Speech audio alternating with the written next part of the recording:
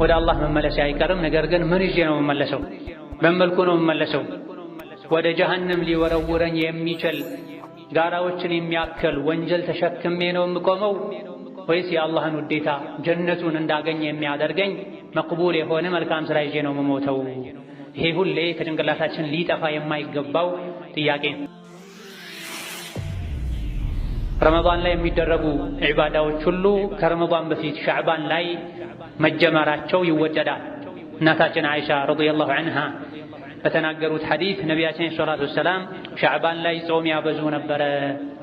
ድፍን ወር ሲጾሙ አይቻቸው አላውቅም ረመዳንን እንጂ ከረመዳን ውጪ ካሉ ወሮች እንደ ሻዕባን ጾም የሚያበዙበት ወር አልነበረም ብለዋል አይሻ ረዲየላሁ ዐንሃ ወዐን አቢሃ ወዐን ጀሚዕ ሰሓበቲ ረሱሊላህ። ደጋግ ቀደምቶች ዓመቱን ሙሉ የረመዳን ትዝታ ጣዕሙ ውዴታው ከውስጣቸው አይጠፋም ነበር። ገና 6 ወር ሲቀረው አላህ ለረመዳን እንዲያደርሳቸው ዱዓ ያደርጉ እንደነበረ፣ ጾምን ረመዳንን ከሸኙ በኋላ ደግሞ ለ6 ወር ሁሉ አላህ እንዲቀበላቸው ይለምኑት እንደነበረ ተነግሯል። ዓመቱን ሙሉ ከረመዳን ጋር አብረው ይኖሩ ነበር። ከረመዳን ዝግጅት ጋር በተያያዘ ሻዕባን ላይ ሱና ጾም ማብዛት፣ እንደዚሁ ደግሞ ሰደቃ መስጠት፣ ቁርአንን ማብዛት ተወዳጅ እንደሆነ ለረመዳን ሰውነት ዝግጁ እንዲሆን ልምምድ እንዲያደርግ ደጋግ ቀደምቶች ተናግረዋል። ليس من يقطع طرقا بطلا إنما من يتقي الله بسم الله الرحمن الرحيم يا الله ባሮች ሆይ አላህ ያዛችሁን በመታዘዝ የከለከላችሁን በመከልከል ሁሌም በሁሉም ነገር ላይ በሁሉም ቦታ ላይ የሚገባውን ፍራቻ ፍሩት። ለአኼራችሁም ስንቅ ያዙ። ከስንቆች ሁሉ በላጭ አዋጭ ስንቅ አላህን ተባረከ ወተዓላ መፍራት ነው። አላህ ተባረከ ወተዓላ ወደዚህች ምድር ያመጣን ለትልቅ ዓላማ ነው። ዋነኛና ትልቁ ወደዚህች ምድር የመጣንበት ዓላማና ምክንያት አላህን ተባረከ ወተዓላ መገዛት ነው። እሱን መታዘዝ ነው። የሰጠንን ጊዜ፣ ጉልበት፣ አቅም እሱ ለሚወደው ዓላማ አኼራ ላይ ለሚጠቅመን ነገር ማዋል ነው። እነሆ ቀናት ለሳምንቶች፣ ሳምንቶች ለወሮች፣ ወሮች ለዓመቶች ያቀባበሉ ከዱንያ ወደ አኼራ ይዘውን የሄዱ ነው። በእኛና በረመዳን መካከል ያሉ ቀናቶች 1 ወር ከምናምን ናቸው። 32 33 ቀናቶች ናቸው። በዚህ መልኩ በየጊዜው ረመዳን በፍጥነት እየመጣ እንደሚሄደው ሁሉ አጀላችንም እንደዚህ ሆኖ የሚሄደው የሰው ልጅ በዚህች ምድር ላይ ከ30 እስከ 70 እስከ 80 ዓመት ቢኖር ነው። ከዛም ያልፉ ጥቂቶች ናቸው። አብዛኞቹም እዛ አይደርሱም። አላህ ተባረከ ወተዓላ ከሰው ልጅ የተወሰነ አጀልን ከትቦለታል። ከዛ አጀል የሚያልፍ የለም። ብልህ ማለት መቼ እንደምሞት አላውቅም ብሎ ሁሌ ለአኼራ ኢስቲዕዳድ የሚያደርግ ሰው ነው። ቀንና ሌሊት የእኛን መልካም ሥራ ወደ አኼራ ይዘው የሚሄዱ ዕቃዎች ናቸው፣ ኮረጆዎች ናቸው። እዚህ ዛሬ ዱንያ ላይ የሠራነውን ነገ አኼራ ላይ እናገኘዋለን። መልካም ሥራን የሠራ የሥራውን ውጤት ሲያገኝ ነገ አላህ ፊት ይደሰታል። ሸርን የሠራ ራሱን የሚጎዳ ነፍሱን የሚጎዳ የሰው ልጆችን የሚጎዳ አላህን የሚያስቆጣን ነገር የሠራ ሰው ደግሞ ዱንያ የሠራው መጥፎ ሥራ አኼራ ላይ ተዘጋጅቶ ይጠብቀዋል። የውመ ተጅዱ ኩሉ ነፍሲን ማ ዐሚለት ሚን ኸይሪን ሙሕደራ ወማ ዐሚለት ሚን ሱኢን ተወዱ ለው አነ በይነሃ ወበይነሁ አመደን በዒዳ ወዩሐድሩኩም ላሁ ነፍሰህ ወላሁ ረኡፉን ቢልዒባድ ይላል ቁርአን። እያንዳንዷ የሰው ልጅ ነፍስ የሠራችውን ሁሉ ፊት ለፊቷ ታያለች፣ መሸሽም አትችልም። ኸይር ሥራ ከሆነ የሠራችው ያበዛችው በሥራዋ ትደሰታለች። አላህ የሚጠላው ነቢዩ ዓለይሂ ሰላቱ ወሰላም የከለከሉት ከሙእምን ከሙስሊም ማይጠበቅን ነገር ሸይጣንን የሚያስደስትን ነገር የሠራ መጥፎ ሥራውን ሲያይ ይከፋል፣ ይቆጫል። በሱና በመጥፎ ሥራው መካከል የፀሐይ መጥለቂያና የፀሐይ መውጫ ያክል ርቀት ቢኖር ይመኛል። ግን ሥራው ከሱ ሊርቅና ሊላቀቅ አይችልም። ከቀብር ጀምሮ ሥራው ያሰቃየዋል። መጥፎ ሥራን የሚሠራ ሰው ሳይቶብት የሞተ ሰው ከቀብር ጀምሮ አነ ዐመሉከ ሰይእ እኔ መጥፎ ስራህ ነኝ ዱንያ ላይ ተሰራኝ የነበርኩ እያለ እንደሚያሰቃየው ተነግሯል። የሰው ልጅ በየቀኑ ተውበት እንዲያደርግ አላህ ተባረከ ወተዓላ የተውበት በርን ይከፍታል፣ እጆቹን ይዘረጋል። ቀን ወንጀል የሠራ ሆይ ና ተውበት ወደ እኔ ተመለስ እምርሃለሁ ይላል ምሽት ላይ እጁን ዘርግቶ። ማለዳም ላይ አላህ ተባረከ ወተዓላ እጁን ይዘረጋል፣ የተውበትን በር ይከፍታል። ማታ ወንጀል የሠራህ ና ተመለስ ይላል። ይሄ የሰው ልጅ ገርገራ እስኪይዘው ድረስ ወይም ቅያማ እስኪቃረብ ድረስ ይቀጥላል። ከዛ በኋላ መጸጸት መቆጨት አይጠቅም። ከዚህ ያንዳንዱ የሰው ልጅ የሚውላቸው የሚያሳልፋቸው ቀኖች፣ ሰዓቶች ወደ አኼራ እያቃረቡት እንደሆነ ሊያውቅ ለዛ ለታላቅ ስብሰባ ሊዘጋጅ ውስጡን ሊያጸዳ ይገባል። የውመኢዝን ቱዕረዱነ ላ ተኽፋ ሚንኩም ኻፊያ። ሰዓቶች፣ ቀኖች፣ ሳምንቶች ለወር ለዓመት እያስረከቡን እያሸጋገሩን ከዱንያ ስንወጣ ፊት ለፊታችን የሚጠብቀን ትልቅ ቅያማ አለ። አላህ ፊት መቆማል፣ መተሳሰባል። በዛ ቀን ቱዕረዱነ ሁላችሁም አላህ ፊት ትቀርባላችሁ። ስራችሁን አዝላችሁ የሰረቀውን ነገር ትከሻው ላይ ተሸክሞ አላህ ፊት ይቆማል። ዝሙት እየሰራ የሞተ በዛው ቆሻሻ ተግባሩ ላይ ሆኖ እጅ ከፍንጅ ተይዞ አላህ ፊት ይቆማል። ጂሃድ ያደረገ ሐጅ ያደረገ የሞተም የዒባዳ ምልክት እሱ ላይ የታየ ይነሳ። ፊሰቢልላህ የሞተ ከሱ የሚፈሰው ደም መልኩ ደም ይመስላል፣ ነገር ግን ሽቶ እየሸተተ አላህ ፊት ይቆማል፣ ይመሰክርለታል ተብሏል። ወንጀለኞችም እምቢባዮችም እንደዚህ ሆኑ። ለዚህ ትልቅ ቀን ዓቂል የሆነ ሰው ዛሬኑ ሊዘጋጅ በየቀኑ ወዴት እየሄድኩ ነው፣ ምን ይዤ ነው አላህ ፊት የምቆመው ሊል ይገባል። አላህ ፊት ስንቆም እንሰራው በነበረው ስራ መሰረት ነው የምንቆመው። ኸይረኛ ከነበረን፣ ጥሩ ሰዎች ከነበረን፣ ሷሊሖች ከነበረን ጥሩ መመለሻ ጥሩ አቋቋም ይጠብቀናል። እዚህ ዱንያ ላይ ውሎው ሐያቱ የተበላሸ ከጌታው ጋር ከሰው ልጆች ጋር ያለው ግንኙነት መጥፎ የነበረ አላህ ፊት ሲቆመም የሚጠብቀው መጥፎ አቋቋም መጥፎ መመለሻ ነው። ኢዳ ወደ አላህ መመለሻ አይቀርም። ነገር ግን ምን ይዤ ነው የምመለሰው? በመልኩ ነው የምመለሰው? ወደ ጀሀነም ሊወረውረኝ የሚችል ጋራዎችን የሚያክል ወንጀል ተሸክሜ ነው የምቆመው ወይስ የአላህን ውዴታ ጀነቱን እንዳገኝ የሚያደርገኝ መቅቡል የሆነ መልካም ስራ ይዤ ነው የምሞተው? ይሄ ሁሌ ከጭንቅላታችን ሊጠፋ የማይገባው ጥያቄ ነው። ወይም ሚንኩም ኢላ ዋሪዱሃ፣ በሲራጡ በኩል ማይሻገር ማንም የለም። መሻገሪያው ጋር ሲደርሱ ሰዎች ለሁለት ይከፈላሉ። በሰላም ይሻገራል፣ ወንጀሉ ከብዶበት ደግሞ መሻገር አቅቶት የሚወድቅ አለ ጀሀነም ላይ። ከሁለት አንዱ እንደሚጠብቀው የተነገረው ሰው ሁሌ ጥንቁቅ ሊሆን ይገባዋል፣ ንቁ ሊሆን ይገባዋል። ሁሌም እዚህ ዱንያ ላይ ቢሆንም ከዱንያ ውጪ እንደሆነ ሊያስብ ይገባን። ሞቶ አላህ ፊት መቆም የማይቀር መሆኑን ካወቀን በሕይወታችን ልንጫወት ልንቀልድ አይገባን። ፈዕመል ሊየውሚን ላ መሓለተ ቃዲሙን ወድዒል ጉሩራ ፈኢነ ዳህረከ አፊሉን። ቀልድና ጫወታን ተው፣ ለማይቀረው ጉዞ ተዘጋጅ፣ ለነፍስህ ስንቅ ሰንቅ። ሕይወትህ እንደሆነ ዱንያ እንደሆነ እየጠፋች ነው፣ እያየህ ነው። አባት እናቶቻችን፣ አያቶቻችን፣ ቅድመ አያቶቻችን ለእኛ አስረክበው ሄደዋል። ከ60 ከ70 ከ80 ዓመት በፊት የነበሩ ሰዎች የሉም። እኛም ከተወሰኑ 10 ዓመታት በኋላ ለቀጣይ ትውልድ አስረክበን እንሄዳለን። የሴቶች ማህፀን የሰው ልጅን ወደ ውጭ ይተፋል፣ ምድር ደግሞ ተቀብላ ትጎርሳለች፣ ትወጣለች። ሁሉም ምድር ስር ተሰብስበው ቅያማ ሲቆም ውስጧ ላይ የያዘችውን ሁሉ ትተፋለች። የሰው ልጆች ሁሉ አንድ ሜዳ ላይ ተሰብስበው አላህ ፊት ይቆማሉ። የእሱም ብቻ ፍትሃዊ ፍርድ ይጠብቃል። ይህ የሚጠብቃት ነፍስ ሁሌ መመለሻዋን ልታስታውስ፣ ለዚህ ቀን የሚሆናትን መልካም ድግስ ልትደግስ ይገባን። ወደዚህ የመጣሁት ዱንያን ላሳምር አይደለም ለአኼራ ስንቅ ልሰንቅ ነው የሚል አኼራ ላይ አላህ ፊት መዳን የሚቻለው በሥራ እንደሆነ የሚያውቅ ሰው የመልካም ሥራ አጋጣሚዎችን ነቅቶ በርትቶ ሊጠቀም ይገባዋል። ከመልካም ሥራ አጋጣሚዎች አንዱ ረመዷን ነው። ረመዷን በጥሩ ሁኔታ እንጠቀምበት ዘንድ ደግሞ ከረመዷን በፊት ዝግጅት ያስፈልጋል። ረመዷን ላይ የሚደረጉ ዒባዳዎች ሁሉ ከረመዷን በፊት ሻዕባን ላይ መጀመራቸው ይወደዳል። እናታችን አይሻ ረዲየላሁ ዐንሃ በተናገሩት ሐዲስ ነቢያችን ሰለላሁ ዐለይሂ ወሰለም ሻዕባን ላይ ጾም ያበዙ ነበረ። ድፍን ወር ሲጾሙ አይቻቸው አላውቅም ረመዳንን እንጂ ከረመዳን ውጪ ካሉ ወሮች እንደ ሻዕባን ጾም የሚያበዙበት ወር አልነበረም ብለዋል አይሻ ረዲየላሁ ዐንሃ ወዐን አቢሃ ወዐን ጀሚዕ ሰሓበቲ ረሱሊላህ። ነቢዩ ሰላቱ ወሰላም ሻዕባን ላይ ጾም ያበዙ ነበር። አብዛኛውን ይጾሙት ነበር፣ ሁሉንም ይጾሙት ነበር ጥቂት ቀናቶች ሲቀሩ ተብላ። ለምንድን ነው ከረመዳን በፊት ሻዕባን ላይ ጾም ማብዛት የተወደደው? ሰውነታችን የጾም ዒባዳን ይላመድ ዘንድ ነው።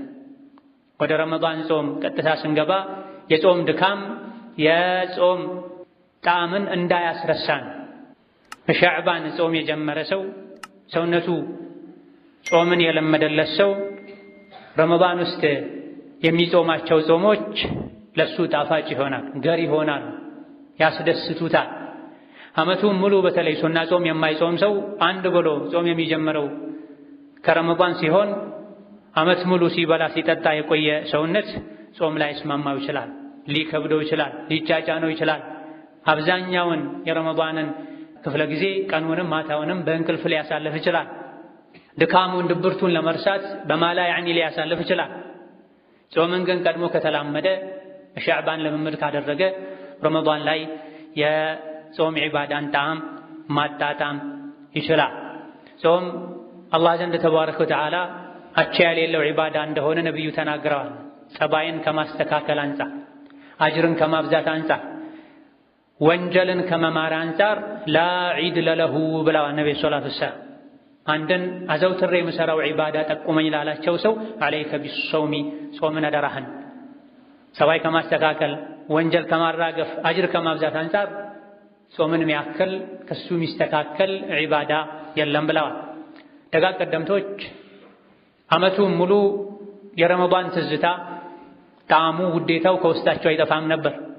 ገና 6 ወር ሲቀረው አላህ ለረመዳን እንዲያደርሳቸው ዱዓ ያደርጉ እንደነበረ፣ ጾምን ረመዳንን ከሸኙ በኋላ ደግሞ ለ6 ወር ሁሉ አላህ እንዲቀበላቸው ይለምኑት እንደነበረ ተነግሯል። ዓመቱን ሙሉ ከረመዳን ጋር አብረው ይኖሩ ነበር ማለት ነው። ነገር ግን ከጊዜ በኋላ ያሉ ጿሚዎች ረመዳን ነገ ነው ሲባል በመምጣቱም አይደሰትም፣ የሚከፋም ይኖራል። አንዳንድ ረመዳን የሚከለክሉት ረመዳን የሚከለክላቸው ነገሮች ስላሉ የተለያዩ ሱሶች ያሉበት ሰው ቀኑን ሙሉ ከሱሱ ርቆ መዋል፣ ለሆዱ የሚኖር ሰው ሆዱን የሚያመልክ ሰው በረመዳን መምጣት የሚከፋ ሊኖር ይችላል። ረመዳንን የሚጠላ ሊኖር ይችላል። ሙናፊቅ እንጂ የረመዳንን መምጣት የኸይሩን የበረከቱን ወር መምጣት አይጠላም። ረመዳንን የሚጠላ ውስጡ ላይ ኒፋቅ ያለበት አላሁመ ኢላ ጾም ስለማይመቸው በትክክልም ሲጾም ስለሚታመም ህመሙን የሚጠላ ሰው ይሄ ሙናፊቅ አይባል። ዒባዳውን ራሱን ወሩን አላህ ተባረከ ወተዓላ የእስልምና መሰረት ያደረገውን ረመዳንን ራሱን መጥላት ውስጥ ላይ በሽታ የመኖር ምልክት ነው፣ የኢማን ጉድለት ምልክት ነው። ዒባዳውን ጾሙን ሳይጠሉ ሲጾሙ የሚመጣውን ድካሙን ህመሙን መጥላቱ ከሰው ልጅ አቅም ውጪ ከመሆኑ አንፃር አይወቀስበትም። ከመሆኑም ጋር ህመሙ ጾምን መተው የሚያስችል ደረጃ የደረሰ የጠና ከፍ ያለ ህመም ካልሆነ በስተቀር ሶብር አድርጎ መጾም ነው። አላህ ዘንድ አጅር የሚበዛው አንድም በድካም ልክ ነው። ከዛ በፊት ደግሞ በነቢዩ ዓለይሂ ሰላቱ ወሰላም ሱና በመሰራቱ ነው። የምንሰራው ስራ ወደ ሱና የተጠጋ በሱና መሰረት በሆነ ቁጥር አጅሩ ይበዛል። ሱናን ጠብቆ ደግሞ የምንሰራው ስራ ድካም ህመም በበዛበት ቁጥር አጅሩ አላህ ዘንድ ተባረከ ወተዓላ እየበዛ ይሄዳል። ረመዳንን አስቀድመን ከሻዕባን ጀምሮ ጾም በመለማመድ ሰደቃ በማውጣት ሌሎችንም መልካምና ኸይር ስራዎችን በመስራት ልናሳልፈው ይገባል። ከ2 ከ3 ቀን በኋላ የሻዕባንን ወር የምናስተናግድ ሲሆን ረመዳን ላይ የሚወደዱ ነገሮች ሁሉ አብዛኞቹም ሻዕባን ላይ ይወደዳሉ። ቅድም ለተጠቀሰው ዓላማ ኸይር ስራን ሰውነታችን እንዲላመድ አላህ ተባረከ ወተዓላ ለሰው ልጆች ኸይርን አግርቷል። መልካም ስራ ሲሰሩ አላህ ይደሰታል። ተጠቃሚዎቹ እነሱ ከመሆናቸው ግን ሁሉም የሰው ልጆች ኸይር ቢሰሩ እንደ ነቢይ ሙሐመድ እንደ አቡበክር ስዲቅ ረዲየላሁ ዐንሁ ሰለላሁ ዐላ ሙሐመድ ቢሆኑ እንኳ አላህ ምንም አይጠቀምም፣ ስልጣኑ አይጨምርም። ሁሉም የሰው ልጆች ቢያምፁ እምቢ ቢሉ ስሜታቸውን ቢያመልኩ ከአላህ ቢርቁ እንደ አቡ ጃህል እንደ ፊርዓውን ቢሆኑ አላህ ምንም አይጎዳም፣ ስልጣኑም አይቀንስም። እናንተ የሰው ልጆች ሆይ ኢነማ በግዩኩም ዐላ አንፉሲኩም፣ የምታጠፉት ጥፋት የምትሰሩት ወንጀል ጉዳቱ ለእናንተ ነው፣ መልካም ሥራም ብትሰሩም ጥቅሙ ለእናንተ ነው ብሏል። የራሳችሁ ጉዳይ ብሎ ግን አይተውም አላህ ተባረከ ወተዓላ። አላህ አዛኝ ለሰው ልጆች። ከዚህ የሚጠቅመንን ነገር ይነግረናል፣ ተጠቃሚ የምንሆንበትን መንገድም ያሳውቀናል። ነቢያችን ሰለላሁ ዐለይሂ ወሰለም እና እኔ ለእናንተ ልክ እንደ ወላጅ ነኝ አስተምራችኋለሁ ብለው የተለያዩ ነገሮችን አብራርተዋል። ሻዕባን ላይ ጾም ማብዛታቸው ለእኛ አርአያ እንዲሆኑ አርአያ እንድናደርጋቸው ነው። የጾም ዒባዳ ምንጊዜም ተወዳጅ ነው። በተለይ ሱና ጾም ይወደድባቸዋል የሚባሉ በዓመት ውስጥ ያሉ ቀናቶችን ሰኞና ሐሙስን፣ አያመል ቢድን፣ አሹራን፣ አረፋን መጾም የእያንዳንዱ የጾምን ትሩፋት የሚያውቅ ሰው የዘውትር ስራው ሊሆን ይገባል። በተለይ ለዋናው የእስላም መሰረት ለሚባለው የረመዳን ጾም ሻዕባንን በመጾም ዝግጅት ማድረግ ይጠበቅብናል። ነቢያችን ዓለይሂ ሰላቱ ወሰላም መን ተመሰከ ቢሱናህ ደኸለ አልጀነህ እንዳሉ በሐዲስ ተነግሯል። የሙእምን ግቡ ጀነት ነው። የጀነት መንገድ ደግሞ ተውሂድና ሱና ነው። የኔን ሱና አጥብቆ የያዘ ሱናዬ ላይ የተጣበቀ ጀነት ገባ ብለዋል። በየትኛውም መልኩ የሚሰራ ስራ ተቀባይነት የሚያገኘው ጠቃሚ የሚሆነው ነብዩ ሰለላሁ ዐለይሂ ወሰለም የሰሩ ሲሆን የሰሩትንም ቢሆን እሳቸው በሰሩት መሰረት ሲሆን ከረመዳን ዝግጅት ጋር በተያያዘ ሻዕባን ላይ ሱና ጾም ማብዛት፣ እንደዚሁ ደግሞ ሰደቃ መስጠት፣ ቁርአንን ማብዛት ተወዳጅ እንደሆነ ለረመዳን ሰውነት ዝግጁ እንዲሆን ለመመድ እንዲያደርግ ደጋግ ቀደምቶች ተናግረዋል። ከዛ ውጪ ረጀብ ላይ የሚሰሩ አንዳንድ ነቢይም ይሁን ሰሐቦች ያላደረጓቸው ነገሮች አሉ። ከእነዚህ ነገሮች መራቅ መጠንቀቅ ይገባል። ነቢዩ ዓለይሂ ሰላቱ ወሰላም ሁሉንም ነገር አስተምረውን ሞተዋል። ያጎደሉት ነገር የለም። ዛሬ ዲኑን ሞላሁላችሁ የሚል የቁርአን አንቀጽ ነቢዩ ሊሞቱ 81 አካባቢ ቀን ሲቀረው ወርዷል። ከዛ በኋላ የወረዱ አንቀጾች ቢኖሩም ተጨማሪ ምክሮች ናቸው፣ ተግሳጾች ናቸው። ነቢዩ ሰለላሁ ዐለይሂ ወሰለም እሳቸውን የታዘዘን እንደሆነ እንደምንመራ እንደምንቃና አላህ ነግሮናል። ወይን ቱጢዑሁ ተህተዱ፣ ነቢ ሙሐመድ አድርጉ ያላችሁን በማድረግ እሳቸው ተው ያሏችሁን በመተው ተው ባይሏችሁም እሳቸው ማድረግ እየቻሉ ከማድረግ የታቀቡትን ነገር ከማድረግ በመታቀብ ነቢ ሙሐመድን ከታዘዛችሁ ከተከተላችሁ ትመራላችሁ፣ ትቃናላችሁ ብሎናል። እዚህ ለኸይር ያለን ጉጉት፣ ለመልካም ሥራ ያለን ፍላጎት ከእሳቸው ቀደም ቀደም ለማለት ሊዳርገን አይገባም። ኸይር ሁሉ ያለው ነቢይን ዓለይሂ ሰላቱ ወሰላም በመከተል ጥፋትና ውርደት ሁሉ ያለው ነቢዩ ዓለይሂ ሰላቱ ወሰላም ባልሄዱበት መንገድ በመሄድ ነው። ለረመዳን ልናደርጋቸው ከሚገቡ ዝግጅቶች አንዱ ተውበት ነው። የቆሸሸን ልብ አላህ ተባረከ ወተዓላ የመልካም ሥራ አጋጣሚዎችን እንዲታደል አያግዘውም። ልብ ንጹሕ ሲሆን ነው በረመዳን የሚገኙ ትሩፋቶች፣ በረከቶች ከነሱ ድርሻ ሊኖረን የሚችለው። ደረቅ መሬት ላይ፣ አሸዋ ላይ፣ ድንጋይ ላይ አይዘራም። የሚዘራው ታርሶ የለማ የለመለመ መሬት ላይ ነው። እንደዚሁ ደግሞ ወንጀል፣ ገፍላ፣ ኩራት፣ ምቀኝነት ያቆሸሸው ያጨለመው ልብ ከረመዳን ምንም ሊጠቀም አይችልም። ረመዳን ከምግብና ከመጠጥ ብቻ በመታቀብ የሚያሳልፉት ተራ ወር አይደለም። ዓላማዎች አሉት። ለዓለኩም ተተቁን፣ አላህን ትፈሩ ዘንድ ነው። የአላህን ፍራቻ በተግባር ትማሩ ዘንድ ነው ጾም የተደነገገው ተብሏል። ከጾም መድረሳ ተመርቀን ተስተካክለን ታርመን እንወጣ ዘንድ ቀድመን ልባችንን ማጽዳት አለብን። አሸዋ ላይ የዘራ ሰው ምንም እንደ ምርት እንደማያገኘው ሁሉ ቀልቡ እንደደረቀ፣ ቀልቡ እንደቆሸሸ፣ አላህ በሚጠላቸው ነገሮች እንደተሞላ ረመዳንን ያሳለፈ ሰው ከመራብና ከመጠማት ውጪ ሌላ ነገር አያገኝም። ስንትና ስንት ጾመኛ አለ ከጾሙ መራብን እንጂ የማያተርፍ መጠማትን እንጂ የማያተርፍ። ስንትና ስንት የሌሊት ሰጋጅ አለ ከስግደቱ መድከምና እንቅልፍ ማጣትን እንጂ የማያተርፍ ብለዋል ነብዩ ሰለላሁ ዐለይሂ ወሰለም። የነገደ ሁሉ ዱንያ ላይ እንደማያተርፈው ሁሉ ዒባዳ የመሰለውን ነገር ያደረገው ሁሉም ከዒባዳው አጅር ላይ ያገኝ ይችላል። ዋናው ልብ ነው። ቀድመን ልባችንን አላህ ከሚጠላው ነገር ልናጸዳ፣ ለሙስሊም ወንድም ለሙስሊም እህት ጥላቻን፣ ምቀኝነትን ልብ ላይ ከማኖር ልንጠነቀቅ ልባችን ልናጸዳ ይገባና። ቁርአን የወረደውም ልብን ለማጽዳት፣ ነቢዩ ዓለይሂ ሰላቱ ወሰላም የተላኩትም ልብን ለማጽዳት የትሉ ዓለይሂም አያቲሂ ወዩዘኪሂም ቁርአን እያነበቡ የሰው ልቦችን ሊያጸዱ ነው ነቢዩ ዓለይሂ ሰላቱ ወሰላም የተላኩት። ከልብ መጽዳት ጋር በተውሂድ በሱና በአላህ ውዴታና ፈራቻ ከመድመቁ ጋር ትንሽ ስራ ጀነት ያስገባል። ልብ ካልጸዳና ካልተስተካከለ የሥራዎች መብዛት አላህ ዘንድ ተባረከ ወተዓላ ደረጃን ሊያሰጥ አይችልም። ወከዛሊክ ለረመዳን ልናደርጋቸው ከሚገቡ ዝግጅቶች አንዱ ስለ ጾም ህግጋት ቀድሞ መማርና ማወቅ ነው። አላህ ተባረከ ወተዓላ በጅህልና ተገዙኝ አላለም፣ በእውቀት ተገዙኝ ነው ያለው። ነቢይ የላከውም ለዚህ ነው። ቁርአን ያወረደውም ለዚህ ነው።